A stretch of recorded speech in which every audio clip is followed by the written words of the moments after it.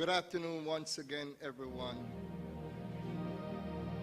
Before I read the eulogy of my friend Robert Lee Malcolm, I just want to say, he who is without sin casts the first stone. Today, I want to reveal to the world that I was diagnosed on the 27th of December with stage 4 prostate cancer. The doctor has given me some good news and bad news. The bad news that it has spread through my body to my hip and my pelvis. So I understand the pain that my brother Gully Bop went through. And this is a time when I need you, I'm alive, to help me. I'm honored today to be able to read this eulogy, asked by the family, of course, Mama Norma. I love you, Mama. By his sister, Anne Marie. I love you, Anne Marie. His brother, my friend Juby. Thank you, man, for this honor. Robert Lee Malcolm, a.k.a. Gully Bop, was born on the 30th of May, 1964, at the Victoria Jubilee Hospital to the beautiful Norma Blake and Ashley Malcolm at 5.5 Foster Lane, downtown Kingston. He spent the first 2 years of his life with his mother, Auntie Norm, who he later affectionately called Auntie Norm. During that time, as the 5th child for Auntie Norm and the second to last for his father, who had other children, Miss Norma now see the need to continue to work, so she had to seek assistance from her aunt in King Weston, again in raising him. By this time, he had joined 3 of his older siblings by his mother's side, Lloyd, Yvonne, and Clive, who was already living with Auntie Gally, the late aunt of Norma. Every time Miss Norm had a new baby and went to visit Auntie Gally to show her her bundle of joy, she was asked by Auntie Gally to let the baby stay for a little while.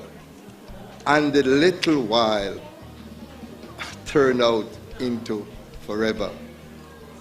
Now, Auntie Gally was a lover of children, even though she didn't have any children biologically.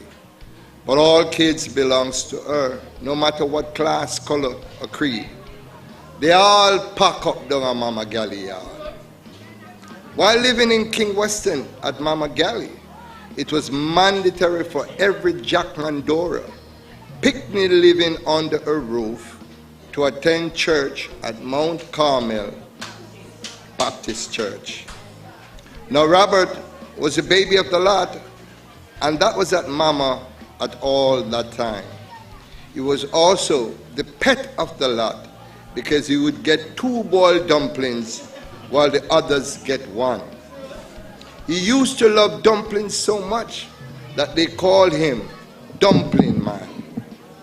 Growing up, he attended the King Weston All-Age School, and it was there where he discovered that he had a passion for music.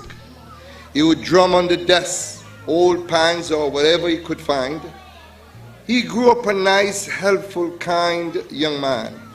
He started dating and going to dance, DJing, mastering the mic with his epic freestyling, which landed him the name Larky Sprung.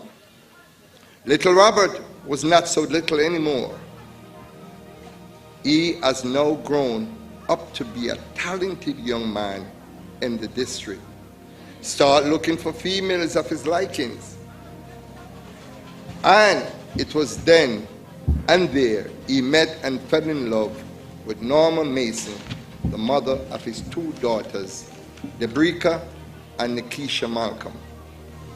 By this, he was moving all over the place, from one sound system to the other, from dance to dance, clapping his freestyle lyrics from right, left, and center.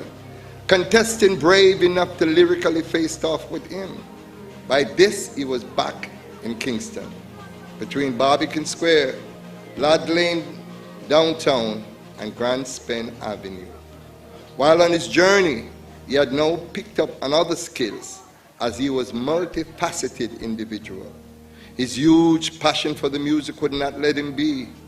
He had now become the great countryman, where he was booked and staying in 1992.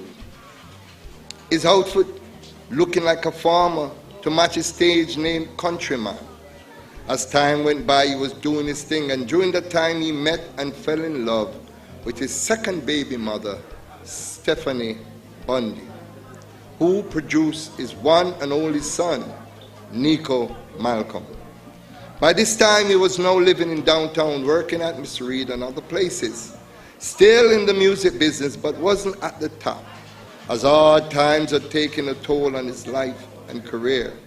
And his freestyling has deemed to many onlookers in a state of dormancy. Robert was a dreamer, so he kept the hope of returning to dancehall, not knowing when he had that great hope. Many years had passed and fate had remembered him. And then the break of a lifetime came when he was at his lowest point in his life. He was fixing a fan and freestyling when he was videotaped by two youngsters doing what he did best, freestyling. And the video was uploaded to social media, and it went viral. Now the once hopeless DJ now started trending on social media like a volcano eruption. The down and out countryman now transformed from his cocoon like a caterpillar into a wonderful butterfly. And boom, it was all over the globe. The universe was aligned with his fate, and he was again in the spotlight. Gully Bop gaining a spot in one of Jamaica's largest dance hall shows, Sting 2014. A lot was happening and was seeking after by many, but even though the fame came, he was in need of support. And then came Shauna Chin, who took him up under her wings. Gully Bop, now back on his feet and traveling on tour all over the world, living lavish until the split came between him and Sean. Not sure what had transpired, but they went their separate ways. Then the Bop was from one relationship to another. He could be seen promoting cooking shows, doing interviews, doing collabs, the works. He was in the mix, dramas and all. He was a superstar, trying to be Superman, wanting to save the world. He had passion for life, great love for dogs, cats, and plants. In his busy time, you can still see him planting and feeding stray dogs. By this time, now the world was at his feet, rocking to this toothless man. His appearance, he didn't give a damn about what anybody wanted to say about him. Didn't care who you were. If you crossed his path in the wrong way, he had a word or two for you. Whoever knew the Bop knew that this town was like flaming fire. So he was left without management for a while until he went under the wing of Miss Jacqueline Hunt. Onward until he got ill. Even though he was ill, he was still able to make real friends. The illness took a toll on his body, and it was during that time he made friends with Wayne Joseph Curran Thomas. And some of his real fans and others came even closer who were there for him during this time of hospitalization. He was in and out of the hospital until that sad day of October 31st, 2023, when he gave up because there was no fight left in him. He left behind 3 children, 9 grandchildren, 7 sisters, 4 brothers, his mother, Auntie Norma Blake, and a host of friends and families. May his soul rest in peace. And I raise my and to the Evans. I salute you, Robert. You were one of my friends since 2014. You came, you saw, and you definitely conquered. May your soul, sir, rest in peace. Thank you.